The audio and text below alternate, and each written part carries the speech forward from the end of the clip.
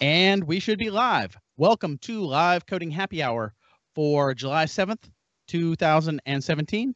I am Dave Slusher, developer evangelist with ServiceNow, and I've got a special guest. Let us go straight to the introduction. What's your name and where are you from, friend?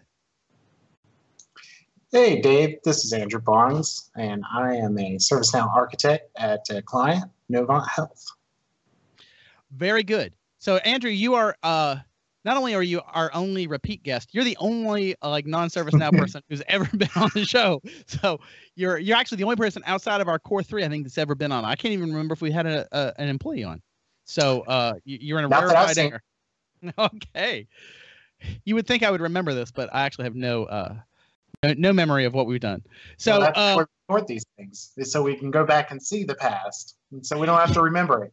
You joke, but I went back to our Moment.js. I was pulling up something, and the date I was trying to instantiate didn't work right, and I pulled up the episode with Moment.js and scrubbed the time to where I did it. I was like, oh, I had the syntax wrong. All right, here we go.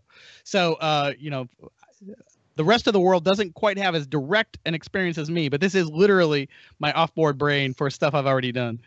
So anyway, Live Coding Happy Hour. We get together, we code. ServiceNow for an hour or so, and we drink beer. And what beer are you drinking, Andrew?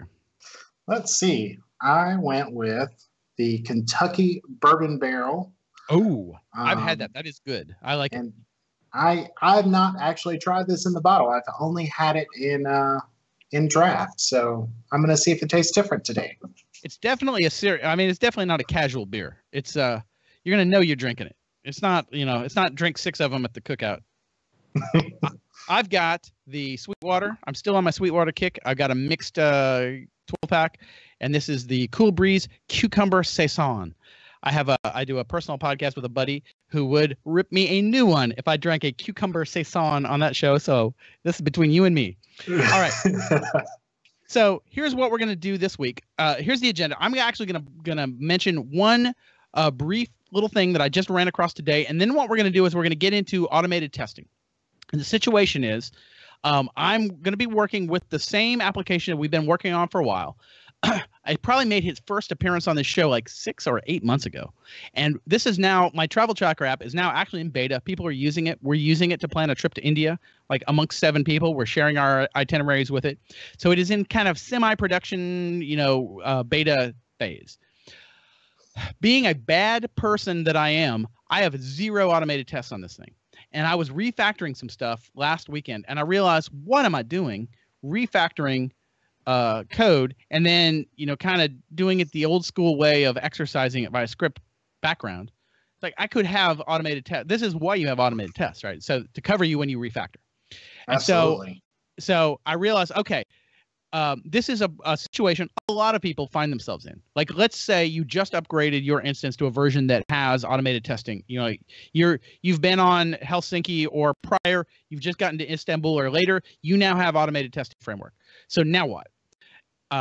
So that's kind of the point. I'm at basically starting this at exactly that same point, which is I got almost nothing. I got an hour to write some tests. What's the hour? What can we do in an hour that will provide some value, and to really kind of cover the stuff, that needs covered. So we'll actually take a few minutes of conceptual talking before we do anything.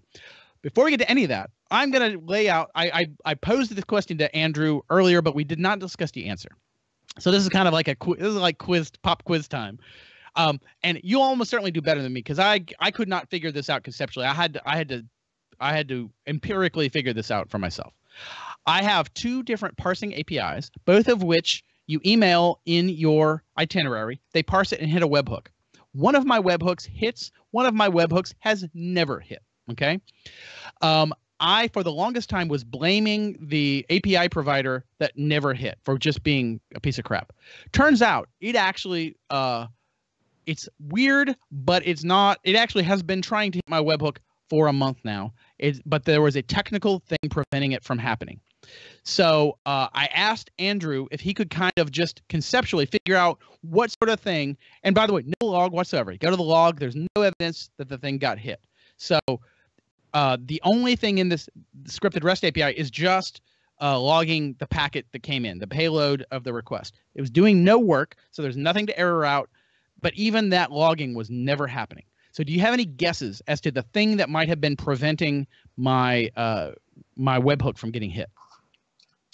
So hopefully someone answers the question while I'm going to fill some air. No. And in chat, if you're in the chat and you have a question, have a potential answer, throw it out there because throw it out there because it's I'm an interesting not sure on this one. So because you had one that's successful and one that's not, I'm assuming that you put them in both places the same way. Yes, exactly. Which is a reasonable assumption. Correct. They are both correctly configured. Yes, that is not the problem. Goodness. And I know when you ran it against a different endpoint, it did work. So correct. And I figured this out the hard way by swapping my endpoint from mockbin, which then we've shown that on this show before. Then it gives you the payload and like all the stuff around the transaction. And let me give you a hint. Right. It was in that transaction that I saw the problem. And it's correctly configured. All right, I'm gonna get. It's down to the idiosyncrasies of this one webhook, which is. Does anybody in the chat have it yet? Let's see. I see nothing in the chat. Okay. So all right. I'm going to take one stab at it. Okay. Which is that the return. Nope, I got nothing. I think you almost stumbled across it. The content type of although the body of the payload is XML, it's sending it as oh, really? Text. That was it? The content type? The content type is sending it as plain text. And so it was like in the negotiation of the HTTP transaction, it just wasn't happening because it's saying I only accept JSON or XML, right? Because I had it in default setting on my scripted REST API. And in fact, let's go. I'm going to transition into sharing right now. So let me share my screen, and I can even show this guy. And so,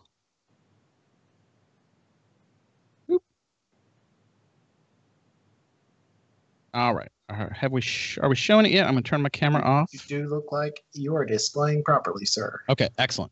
So if you look in there, that's what I had to do was go in and override the supported request formats and add text.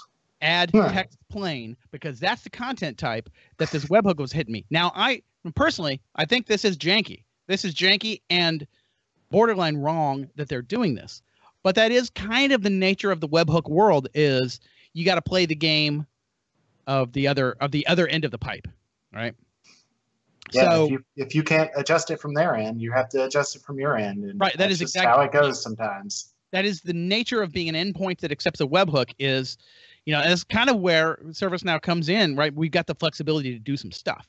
So here's what I had. Now, it's actually trickier than this. So I set this into allow the supported request format. That made it work. But like all the stuff the normal stuff that I was trying to do, where I would do, like prior to this, right. I was doing request body data. Request body data doesn't work because if you're not JSON or XML, it doesn't know how to do that marshalling. You don't have one of those. Right. So data, like you do body data, and it's giving you the JSON or it's giving you a parsed object that you can iterate through. So body data, I was cool with it not existing. But here's the problem: is even body data string does not exist if you're if you're plain text. Which I actually think is wrong on the platform's part. I think body data string should exist whether, when you're a plain text type. But it doesn't. So here's what you have to do. And I originally thought that you just couldn't do this.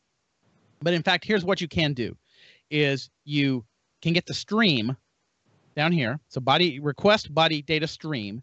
You create a glide text reader. So this is ultimately like just a pass through for the Java objects, I'm pretty sure. So you instantiate that with the stream, you get a reader, and then you just read it line by line and append it to your input variable. And when you're done, you end up with the glob of XML that was part of the payload. But you have to do all this junk. So dirty. It's hacky. It's hacky and kludgy, but it's what is required to make this work. So this is one of those things that hopefully kind of, and I'm going to put this in a blog post and we'll kind of get this out in the world, is this is, like I said, this is just part of the nature of doing webhook work, is that you're gonna run across these situations where the other end of this thing is just doing something odd. I consider this odd. Actually, I consider there are two pieces of oddness. It's very odd that it's not sending application XML as the header when it's clearly sending XML. XML, right. That's part of the API, is they publish the XML API, but they don't change the header. Then the other thing is, I think our system does something weird by not letting you do request body data string, which I think should by default do what you expect, but it doesn't. So that's why you have to do this stuff. So learn from my mistake. I scratched head for a little while and had to dig through some API docs. And again, originally I thought, don't tell me this is going to be impossible to use this. So now I'm actually, and one other very, very slight tangent, because I've got these two, I've got these two different APIs that I'm kind of wanting to swap between at will. I have this interesting, I'm actually using the adapter design pattern where whichever one of the two, I have a script include for both of the APIs, or the parsing APIs. And I have a thing here, which is convert parsed email to JSON, because naming things is hard. It's a terrible name, but it's descriptive. And I take the input that it sends me, and it returns a JSON object that is the same for me either way. I define the JSON that's going to be created, right? And then that's what gets passed on to anything else. Because what I realize is I don't want to have to keep changing my serious logic that's doing the actual work to change the different formats, right? They're packaged up in different ways with different containments. And this API just has segments, and the segment has a type that's either a flight or a car. And this one has a flight array, and it has a separate array for cars and a separate array for hotels. So I didn't want to have to, so I just created an adapter that will convert that thing to my thing. So yeah, convert all the things to your thing. Exactly. And so now if I wanted to do a third one, I would not change a line of my actual, down here in my actual code that creates flights and itineraries and etc. I would just write more adapter code that converts whatever weird format you come in with into my format. So my format's the only one that can actually create something, and everything else adapts to it. So there you go. That's that. So let us get to the actual thing that we were going to do, which is start creating some tests. So let's talk a little about this. That I'm kind of continuing forward from when we talked about, when Josh and I did the episode where we were talking about how to get this very same application into MVP status, right? Which is, this is not a unique problem. When you're working on a project and you're the only person on a project, and in certain ways that can make it harder, right? Because you've got, although I have, people available to bounce ideas off, I don't have a project manager. I don't have Jira stories. There's nobody telling me, what to do about this, right? So I have to make all decisions. And I've made all functionality decisions, and I'm making all other decisions, right? I'm the one who decided when it was ready to beta, et cetera, et cetera. So now I'm in this situation where I've got no tests, and I want to start testing. And I have to make the decision, what's the first test that I write? Or what's the first set of tests? And what covers, if I'm going to put between 1 and 8 hours into this, what's that 1 and 8 hours that I think gets me most what I need fastest? So given that the automated testing framework as it exists today is mostly a form-driven affair, right? It's mostly around loading forms, submitting forms, and then asserting on that. Checking, yeah. Yeah, Absolutely. and I don't have a whole lot of form action. So that the question kind of answers itself a little bit in the fact that this is very much an API-driven system. So almost certainly it doesn't make a whole huge amount of sense for me to start with the forms. It probably makes sense to use the parts that are new in Istanbul, where you can send REST requests. And I had, although this is not actually part of my what I've created. This is one I created a while back just to see what was available in Jakarta with REST request test steps. But this is one where I just wanted to see. All I wanted to see is if I send to my, if I post something that's not actual well-formatted JSON, is it going to choke and give a 500, or will it degrade gracefully? So all my test did here was just send it some bad JSON and then assert that I get a 200 back. Okay, so that's extremely simplistic. Now, the question being, what kinds of things? And let's go ahead and run this one. So this is one of the existing ones, and you'll notice there's nothing, right? It doesn't have a. It's not impersonating, because it's one of my webhooks. It's an unauthenticated API that it just accepts a post, right? So we run the test, and I'm gonna need a test runner. Actually, I don't, because this is all server stuff. And I think you said a moment ago, new in Istanbul, and I think you might have meant new in Jakarta. Yeah, I meant Jakarta. You're absolutely correct. So a lot of this stuff isn't familiar to most of the clients, because most of us are still on older instances. So I think what we're doing here today is going to be super relevant to especially the clients that are going to be upgrading in the next month or two, and then a month or two after that, they're going to be going and saying, "Hey, what can I go make tests for?"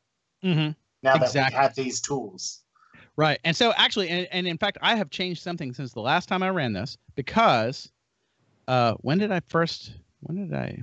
even remember when I first set this up. I may have actually never even run this. I must have created it some time ago. Does this thing, I just want to see the created date. When did I actually create this guy? Never mind. I'm not going to mess with that. So yeah, this is probably not really where I want to spend my time. So do I want to just go through and start strapping my webhooks with some tests? I mean, probably that is what I want to do. I don't know if you have enough background to kind of understand like all the various stuff that I have. Do you want a super overview of this? I think a super overview would be useful for everyone. Okay, so let's do. I'm familiar with the project, and I've watched most of the shows on it, but not super familiar with it, especially the work that you did after the June session in order to be used the next week. Right. So hopefully I might have to go back and scrub the YouTube video after the fact. I don't think there's much PDI in here. I'll try to actually confine it to my information when we look at this. But so we got the travel tracker. It basically you email itineraries, it parses them. And so let's pull up some itineraries. Let's look at one of my itineraries. And so given this, it kind of I like how you're system administrator. That's nice. Well, I actually had to create one. I actually took one of mine and then just changed it manually so that system administrator would actually have one, so that I could be able to do my itineraries and things like that. System administrator by default would not get it, because I'm not. It's actually driven by the email you send it from. It has to kind of tie it with the user account. But so given this thing, I have travel groups, and this kind of fell into a couple travel groups. Like by default, it can lump into that. That's not super important for right now, but it parses it down into a flight. It parses it down into hotels and car reservations, embassy suites. And this makes me realize I have to change this reservation because I'm not going on this date. But like all these things happen. Okay. So all this stuff kind of, there's this I don't know what you call it, like a rolling down here. There's almost like a waterfall of things that get created, right? On this flight, when this flight JSON comes in, it goes through, and I have this get or create pattern for a lot of the pieces of this, which is when I say that I'm on a flight, it gets or creates the flight. If somebody else is already on that flight and is in the system, it just returns a SysID. If not, it creates it and then returns that SysID. Okay. Now in that, you also have things like your origin and your destination, or in the place of car reservation, your pickup and drop off points, or your hotel. All these places exist. And if those don't exist, if those do exist, it can find them. If not, it will create them. And so all this stuff happens on the fly. The first time it sees an airport, it actually creates it. So we have, if I go down here and look at the places, you'll see I don't have the type on this, but you'll see some of it's car rental places, it's hotels, it's airports. These are the places that have been created by the system as things go along. And those are the things that are imported. Like that's what you're parsing is you're getting these things and you're saying, oh, well, I don't have this. Create. Correct. The car rental places and the hotels are actually coming from the JSON packet, the parsed JSON packet. The airports, what I do is I actually get the airport code and then I look it up from another API and it creates all this stuff. So if I looked at other stuff, you'll actually see that every one of these things also includes all places, and place is an object I created because I found CMN location was not flexible enough for me for this. Yeah. Yeah, you can't extend it by default out of the box. It's not extensible, which I needed to extend it, and et cetera, et cetera. Yeah. So every one of these guys has their own time zone. So I know extend the out of the box one. Exactly. So I can do all kinds of stuff. That's where that time zone stuff with Moment.js comes in, et cetera, et cetera. So that's that. But so now, as we look at this, and you know things like my itineraries, which we're going to only show the one, right? Again, this is the one I phonied up so system administrator would have one to look at. But all of this, very little of this stuff is entered by me. Like practically none of this at this point. It's all webhook driven. Webhooks are how this stuff comes in. And also, let's look at flights. And this I showed, and I'm not really going to discuss this because it's pretty well understood at this point, but this status is also coming from a webhook from a different thing, from the flight aware API, right? So it comes and it tells me when it takes off, it tells me when it lands, and it gives me status messages, and I just kind of pass those through. Yep. And that's all the way back in like November. This was working over 6 months ago. Parsing the itineraries is actually the hard part. This part was relatively easy compared to that. So I've been getting actual flight information for 6 months. So given all that, we probably want to, when we start strapping tests around this, we want to base this around our webhook endpoints, I think, because while we could, we could do it around these forms. So we could, there's nothing that would prevent us from doing something on the itinerary form, but not a lot of what's useful there. Exactly. Yeah. If webhooks work, then the data will be on the forms, and the forms will be happy. Correct. The data flow is kind of outside a lot of this. Now, one thing I am thinking about is, for example, a functionality that does not exist right now, but is needed because there's some itineraries from my coworkers for a thing that got canceled. There is not a UI action for cancel this trip, but there should be. And so I'm probably going to create a UI action that does that maybe this weekend, maybe tonight after a child goes to bed, who knows? But that would be a very good thing to do some test-driven development on, which is to create my test first, and then basically create the UI action with no logic, and then create my test that asserts what I want to happen, and then go forward from there, right? So yeah, test-driven design. Test-driven, right? Yeah. You can't do quite full test-driven in the set. Well, I guess you could. You can't do it in the sense that you create a failing test before you have anything, because I think your test is going to have to reference sysids of a thing. You would need the UI action to exist, right? But it can be absolute empty with a name. Create it with a name and a sysid and nothing else, and then I create the test, and then I go back and start filling out the UI action until my behavior passes the test. So I'm gonna do that experiment. I will probably also live stream that. So if you get a notification from the YouTube channel, if you're subscribed to the YouTube channel and you get a notification at a weird time that I'm streaming, that's probably me doing that. So, all right. So now, given that, well, let's start with maybe picking a webhook and just going for it. So, so what's the most important webhook? If it fails, everything else is a disaster. Well, let's put it one of two ways.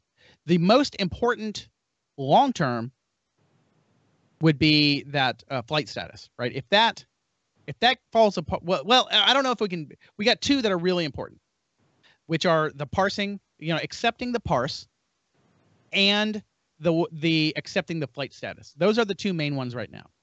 And actually, literally, there are the two that exist, which is there's 3 endpoints for 2 things, which is that I have 2 different parsing services, both of which are hitting that webhook. One of them is no-opping, so I've got 3 things.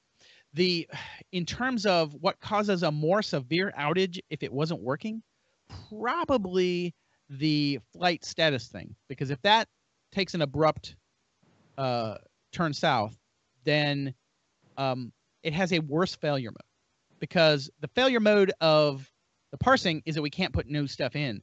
The failure mode of the other is that you might be in the middle of a trip and you stop getting status and you think a flight's not happening that is happening.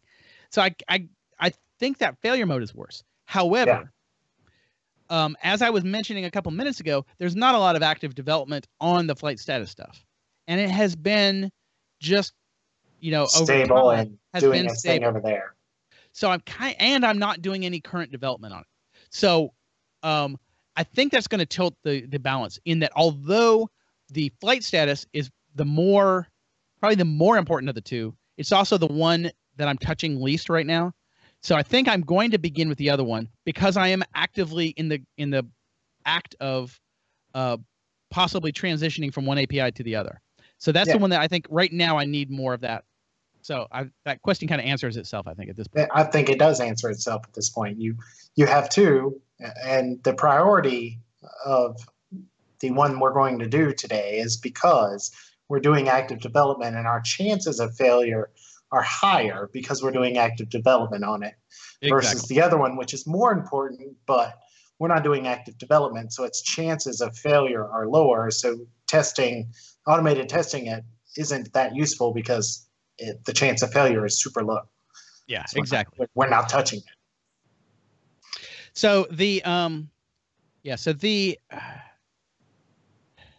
just derailed myself. I looked at a chat. I know better than to look at a chat in the middle of this. All right. So let's go ahead and let's just get started. Let's create a test.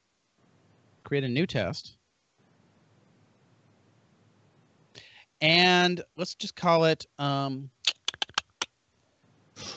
I have to think too. And again, this is me really just thinking through some of this for the first time, because although I have done ATF stuff, I've done demos, and we've shown stuff, I've never actually written serious production level type tests. Oh, the thing I was going to say is I'm doing something slightly even more absurd I do not recommend for anybody, which is the instance that is being used to develop this is also the same instance that's being used for the beta test. So all my colleagues that are using this, that's also what I'm working on. So if I make it break, I might actually break it for somebody who's using it. So that's yet another reason to have ATF, so that as I'm developing, I've got this, in non-functioning. I want the smallest possible window of when it's not functioning. Okay, so let's ingest Traxo webhook. Oh, that's a terrible name. Can you think of a better name?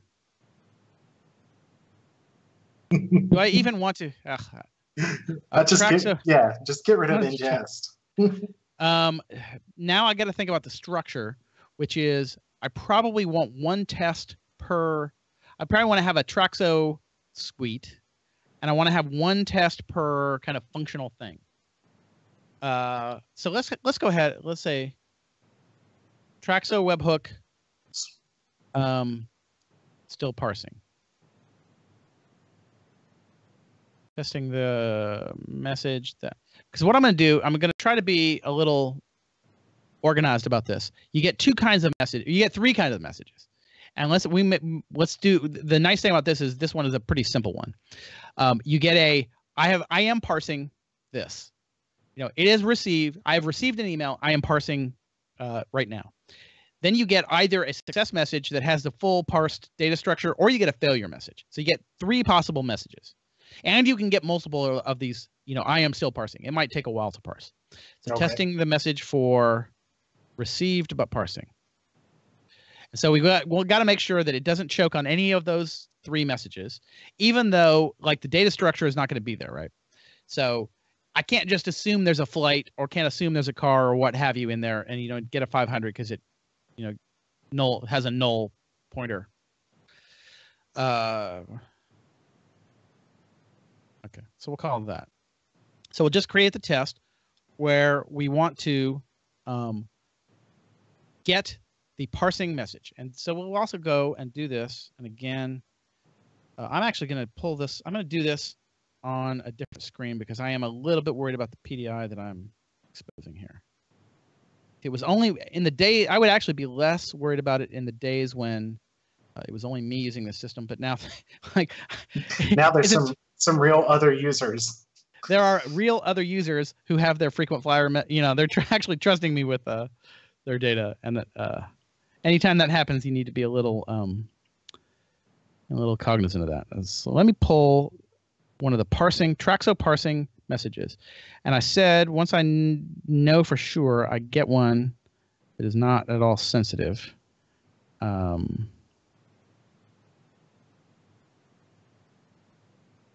Traxo. I'm gonna have to fast forward this. Let's find a good packet. So full text of JSON. Oh, I'm looking for the wrong thing. Why don't I look for the phrase parsing in my logs? So again, what I said, the pattern is on all of these webhook scripted REST APIs.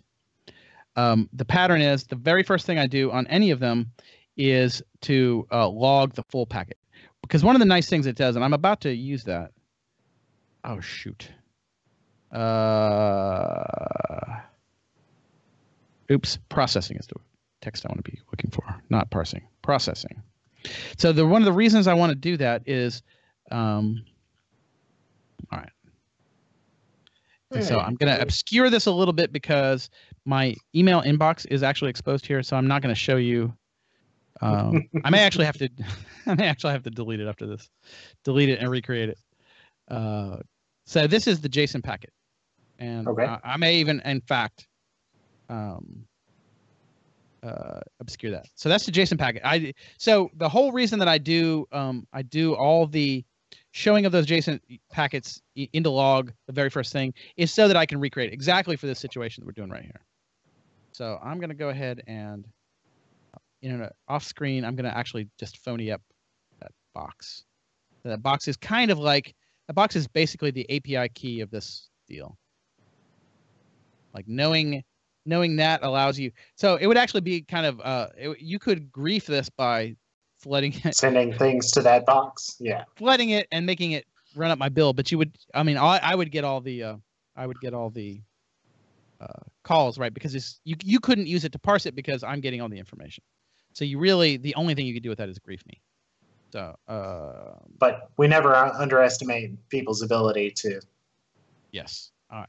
Do bad things. This is what we're looking at here. This is the body of the JSON packet that's going to come in from Traxo for the product, and so status, mailbox developer status, blah blah blah blah. So this is all the stuff that's in there, and the two addresses have been phonied up. All right. So now I've got my JSON packet. So we're going to add a test step to this. And we're going to do a REST test step. So we're going to send a REST request inbound. I don't want to do it from REST Explorer because when you do this, I don't want to actually drive it with the REST Explorer machine. I just want to drive it, as if it were coming externally. I basically am trying to emulate this coming from a webhook. Okay. And are the REST steps there part of what's new in Jakarta? Because yes, I don't recall those. Yes, this is Jakarta functionality. This did not exist in that initial rollout in Istanbul. So this is one of the new things. So when in my particular line of work, that's it's very standard that we have the kind of the roadshow but there's not so much to show in Jakarta because there's nothing. You don't have something like Studio being created, or something like mind blowing. Yeah. We have fairly sedate in terms of release. This is one of the things that it has changed. So okay, so we're gonna go ahead, no auth in here. So the path. Let me go ahead and splat my body in here. So this is that sounds very funny. That sounds like a dance tune. Go ahead and splat my body. I'll splat my body in there. All right. We want to get the resource path. I want to get the versioned one. We'll hit it either way, but the versioned one is the one I want to test because I might conceivably have a V1 and a V2 set of tests. So just want to do this from the beginning. There are no query parameters. There are really no headers, although there could be a header. We could, in fact, do text plain. And we'll have to do that for that other one. We could, in fact, have a test of what happens if we do a weird header, right? Yeah. In fact, let's go ahead and get this working first. So let's just do that. Submit that. And let's see. I'm just going to go ahead and run the test. Now, it won't do. There's no assertion, and we just want to see, does it catastrophically fail or not. And again, because this is all system, so it succeeded. Oh, no, it didn't succeed. Okay. So it did. This actually confuses me because I keep thinking it's going to need the client-side runner, but because this is all server-side stuff, it doesn't need that. So it can just run even though I don't have the client runner. Because it's basically doing this from the server back to the server. So it's basically doing a loop back type thing, although it is going through this. It's going through the fully qualified domain, but it is doing it from itself to itself. So kind of a reflexive test. All right, so that worked. Was not. And so that kind of is going to still our thunder a little bit there in that we know what we got. So we're going to assert status code is 200. And out of curiosity, what is available in our Cannonball from here? There is nothing. We haven't done anything. I still call it the Cannonball. Cannonball, martini glass. We've still, to this day.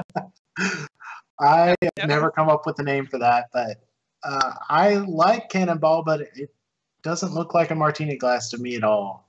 It doesn't I can see how someone could think that, but it'd be a sad martini if it was tilted like that.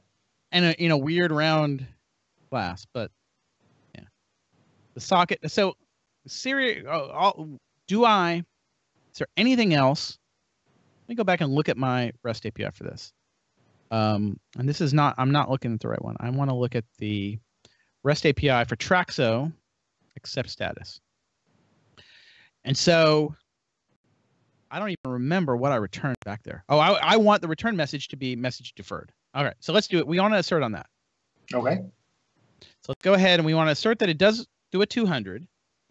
And we want to assert that we get assert response payload.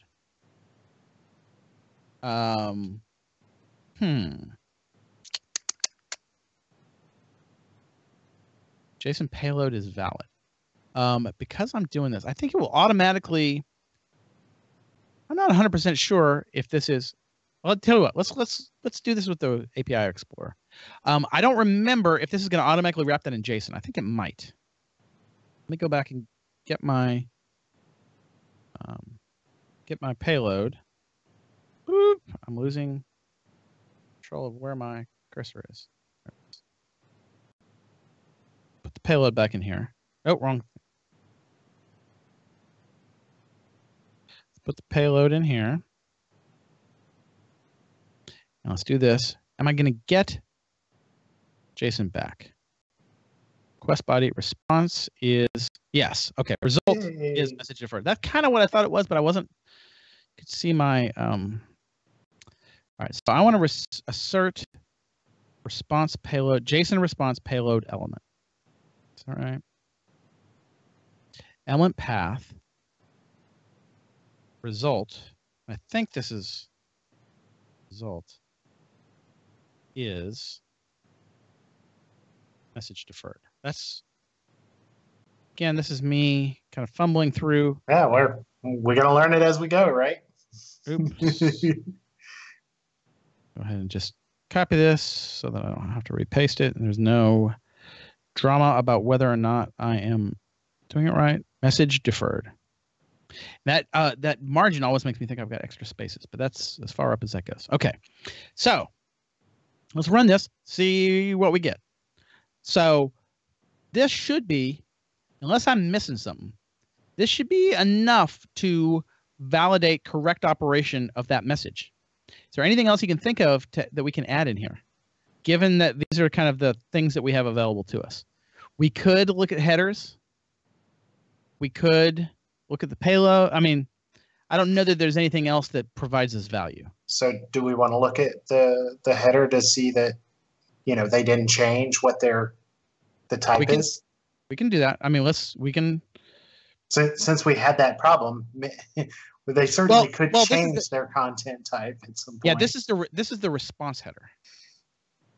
Right. This is not the inbound header. Right. And in fact, we don't have that to we don't even, that's not even a that's not a thing step we can that we have available to us. We can't assert on the request, unfortunately. Right. Because it wouldn't actually it wouldn't get there. It wouldn't get that far. Right. Yeah. So that's not a thing. So really I think that's about all we can do at this point. We could actually assert to the response type. Let's assert that the response response header. And is this going to be, I'm going to show my ignorance. Is it content type? Oh, I always copy paste. It is location JSON. I want to say content type is maybe incoming and something different. You have the REST Explorer up. You could grab it from that page. That is true. There you are. Content dash type. Yeah. Oh, was that right? You were. Oh, that is shocking. Okay. All right. Let's go ahead and run this test and see.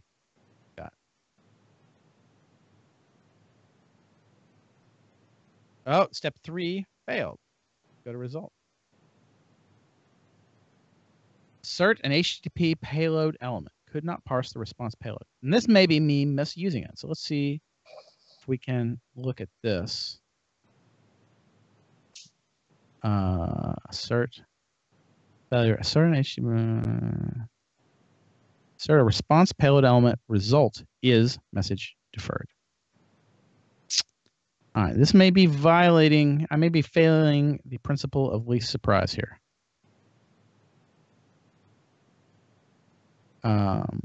In that, oops. So what were we expecting? I was expecting, because this is the response. Result, I was expecting that when we come over here and we assert the JSON response payload element, the element path, result, operation is message deferred. This is the response body. That seems reasonable, given that here. Let's back it up. Back it up one, and let's just say is not empty. Let's see if that passes. Because I'm clearly not understanding kind of the fundamentals of what I have available in this test step. Test step. Okay, so I might not be referencing this right. Could not parse through. So it couldn't. It couldn't parse the payload to determine whether or not it's passing our check. It couldn't. So element path. Am I not? Is element path not? Yeah. What are? Not. What should be referenced here? How about this? Oh, that. Sure. Let's try that. It's worth a try, but it doesn't feel right. Does it?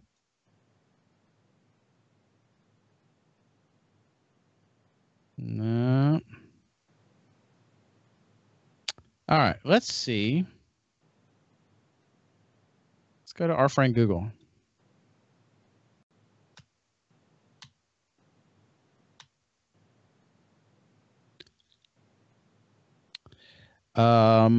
Let's see. Is there a definition of this? APIs. Knowledge session, which would be nice, nice for me to look at, but I don't. So I'm not understanding.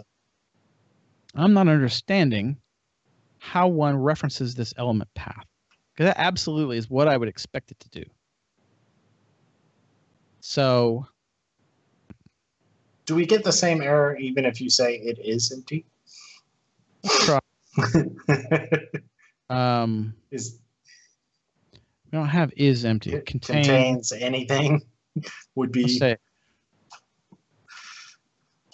Let's say, and is it result or results? Result. Contains A.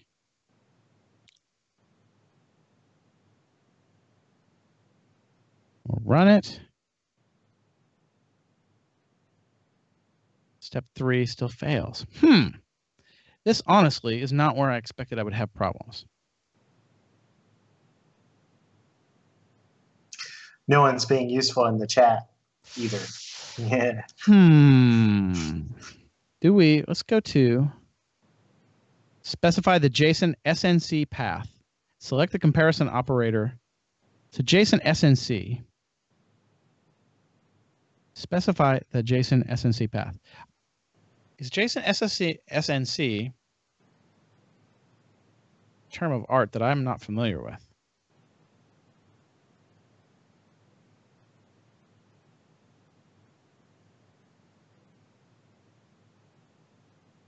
Because I don't know, like when they're saying SNC, what is SNC? I'm not familiar with that acronym, honestly. ServiceNow something?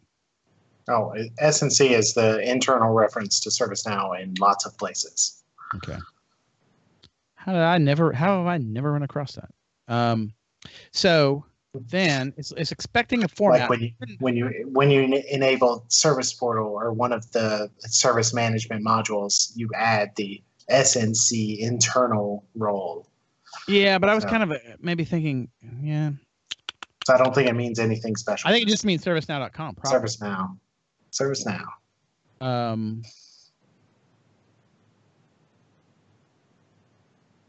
The element value is equal to. Okay.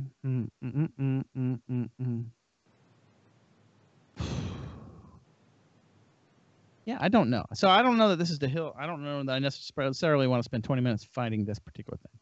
This does tell me that this is weird to me. So I imagine that this is probably simple. Yeah. Once we reference it correctly, it will be simple. But yeah, so this is I agree. This is a to-do, which is how does one do this? All right. So I'm going to go ahead and actually I'm going to take this. I'm going to make this not active. And let's go ahead and see if we do that. Let's go ahead and run the test again. And I got myself out of the tests. Let's go back over here. Let's run this test one more time with this not active and see, do we get the header? Am I also blowing the header comparison? Oh, for God's sake. Header value doesn't match the specified application JSON. I wonder, do I have to do the whole? Let's do this.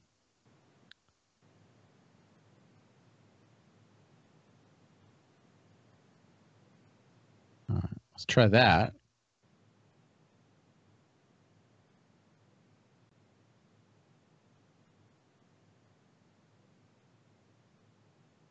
Can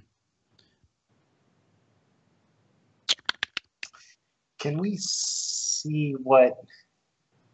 So in the test results, can we see what it was?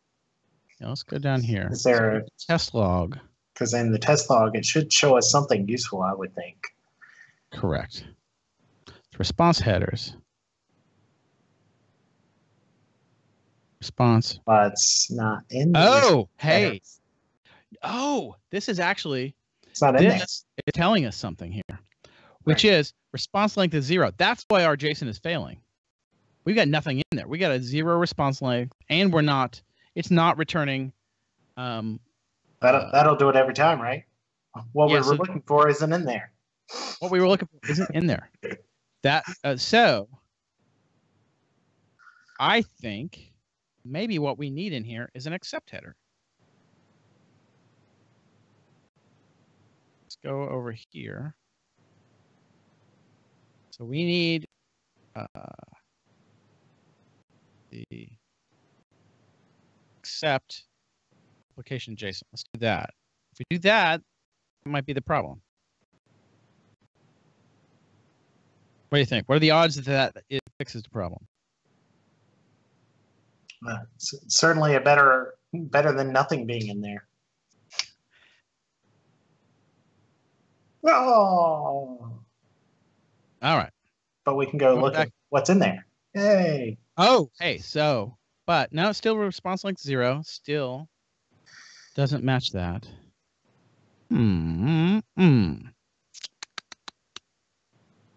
Quest headers, accept application JSON. Quest body. Oh, well, it's not. So your check against application/JSON, you added the rest of the string. Right, but what I'm saying is the response length still here should have been, response should have been message deferred and. So it's 200, but we're not getting that. Didn't actually return any of my return messages. So something is funny in the calling of this. What else? Let's go ahead and, it shouldn't need that user token, I wouldn't think. Let's go ahead and do the content type as well. Let's try to get the headers. You know, I was blasé about the, using the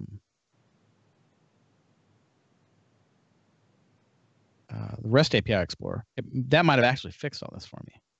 So let's do another one. Just make sure it's a content type application JSON.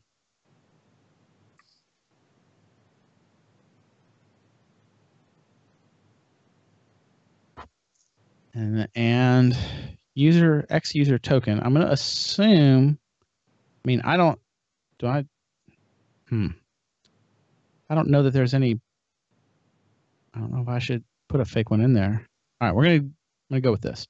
I'm actually gonna make this active again because it's not, I think it's not that the original thing was that I'm gonna go back to the original thing. We thought we were misusing it, but in fact, we're not misusing it. Yeah, well, it was a reasonable thought. In fact, we're not familiar with it. Yeah, we're getting back a null. So let's do this. So now I've done that, and we still failed. Test log, quest, headers, accept application JSON, content type application JSON. Here's our request body. Here's our response. Yeah, we're still not getting a response from your instance. So now the question here really is, now I was going to say, do we need to what was down there in your error reason? Well, I'm sorry? So in the test results, what was in the response for the reason for the lack of response? No, there is just a 200. It's a 200 response. It's a status code of 200. It's nothing there's no response. Transfer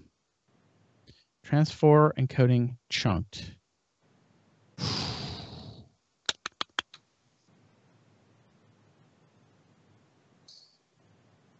Let me see. So this is like, we're looking at quite literally every, you know what? Switch it to the Explorer. What I'm just going to see, could this be the missing, we're down to very few variables. So what happens if we now bearing in mind that this, I don't think this is going to live beyond this, right?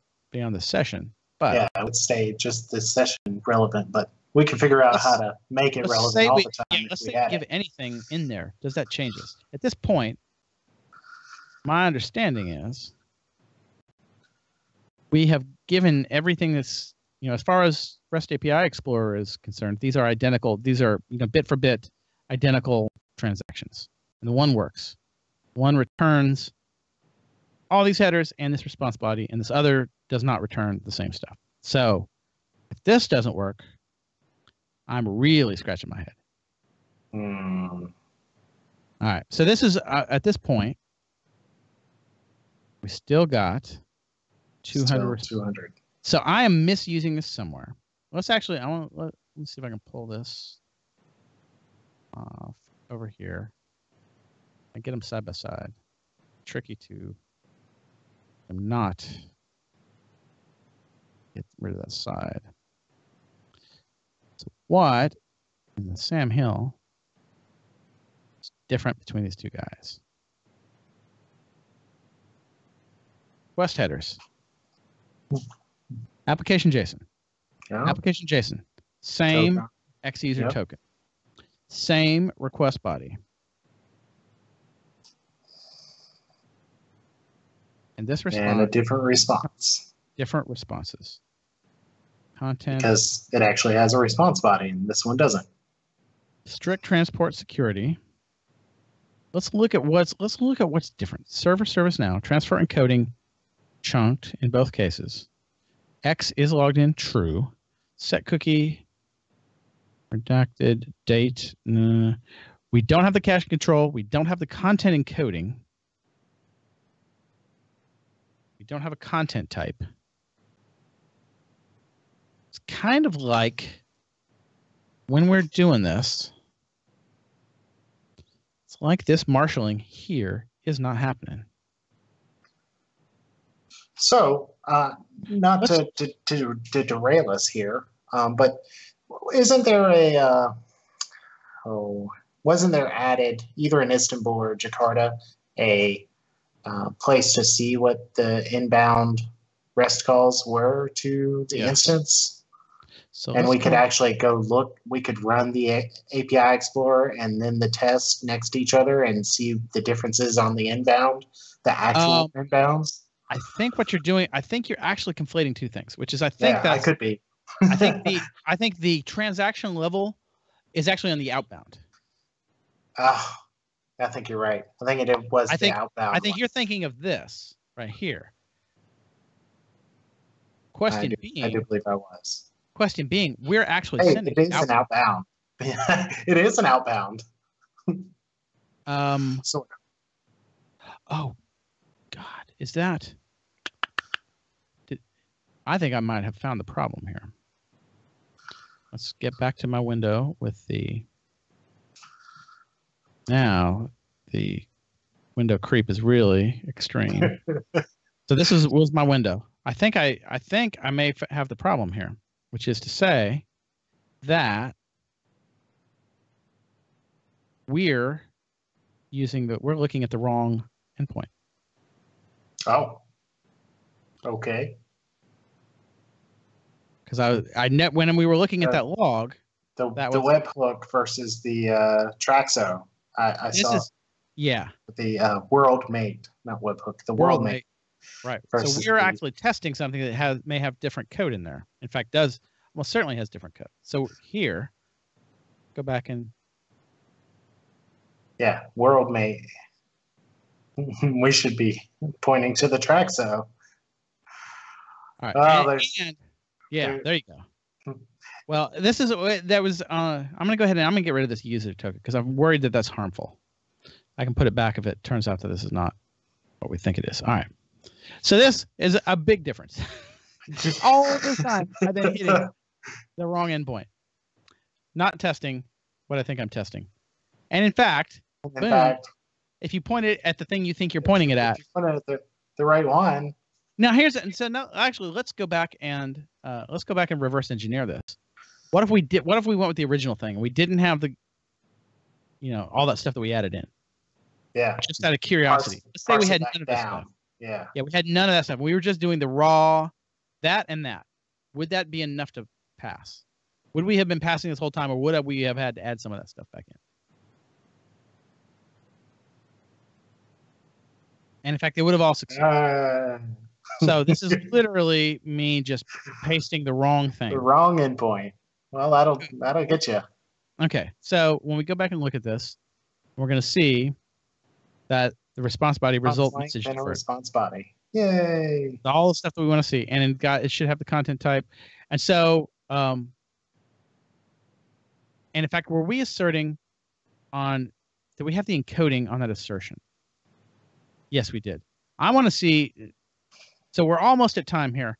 I want to see Will this pass or fail if we don't give it the character set?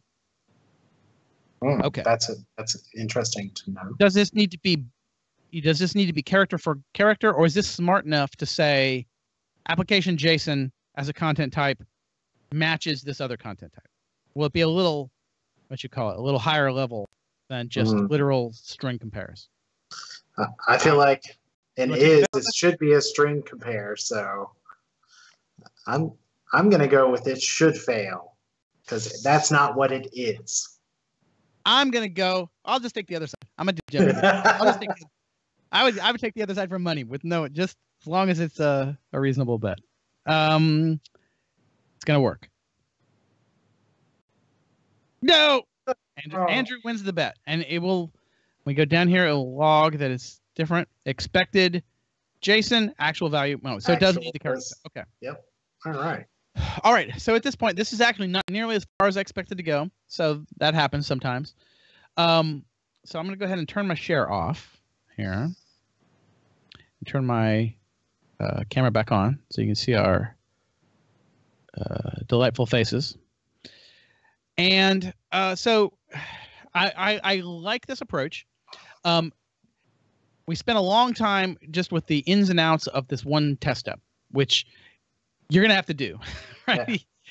Yeah. It's a learning process. And fortunately, you folks that are going to watch this get the benefit of our painful learning process so that your process can be faster. Exactly. We beat our head against this so you didn't have to. So the next step is going to be, I'm going to do the same thing, but I'm going to do it for a real payload for a real, with a parsed actual Traxo chunk of JSON. All right, I'm going to do that, and then I'm going to get more, like at that point, like what I'm doing there, pretty much just no opt it, right? It says if I'm still processing, don't do anything, right? All of the real work happens where it passes that JSON object onto the other stuff. So at that point, like all the behavior is happening. So when I do that, now I have a bunch of stuff to assert on, which is I'm going to pass in the full JSON packet, and now I'm going to assert: did it create the flight? Did it create the whatever?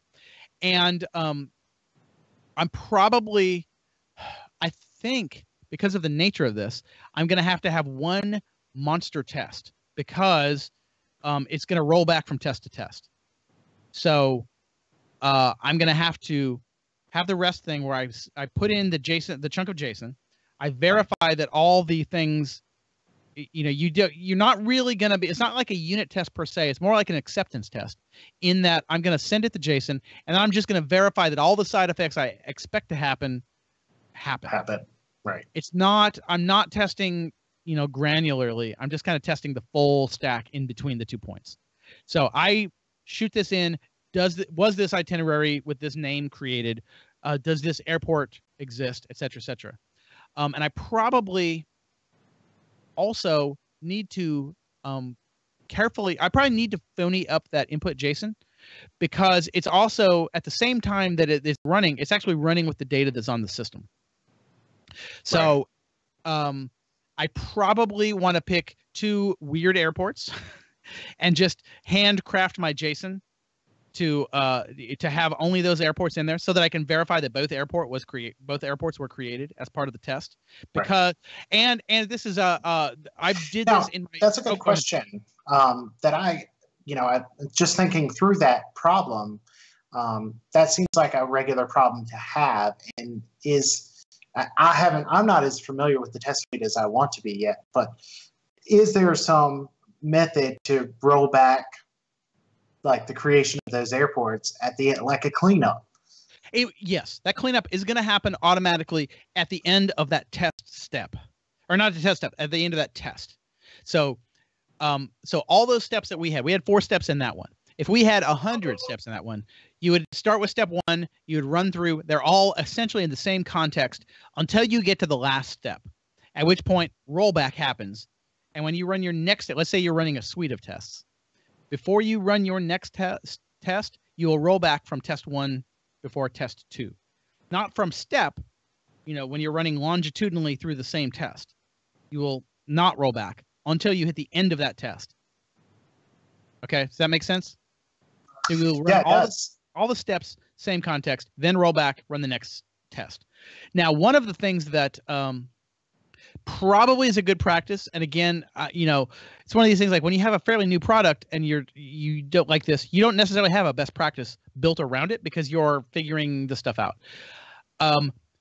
In my test, so I'm going to split in the JSON. I'm going to see I'm going to basically test that whole waterfall I described earlier. Did it create the itinerary? Did it create the flight? Did it create the airports? All the fundamental data elements that should have, when it's done, all those things should exist. Now, because I'm making it phony, and I want it to be things that aren't already on the system because I don't want to get a false positive by asserting on a record that was already there and is still there. I will probably put test steps in the beginning to assert that the thing I'm looking for does not exist before I do the JSON. So I'm going to have a bunch of negative tests first, which is for every. Does this airport not exist? Okay, good. If the airport does exist before I start, I'm going to fail the test because otherwise I'm not testing what I think. It's not a good test, right? Not a good test. So it can't exist like that. So that's my. If you think about it, you're failing the test. It's not failing the behavior. It's just failing the test setup. Right. So I don't know out in production and practice in the real world if that's how people are doing it. It seems like with I was just thinking in production that would feel a little weird because eventually your test track, your tracking system would probably, given a large enough company, actually involve all the airports and all of them would exist. When I say production, I don't actually mean the production server. I mean the QA server that would be running this test regularly, which probably does not have the full suite. But you just want to make sure that I'm doing something weird on this server by having people actually use it for real work and also develop on it and test on it. In an actual development environment, you're not going to be doing all those on the same machine.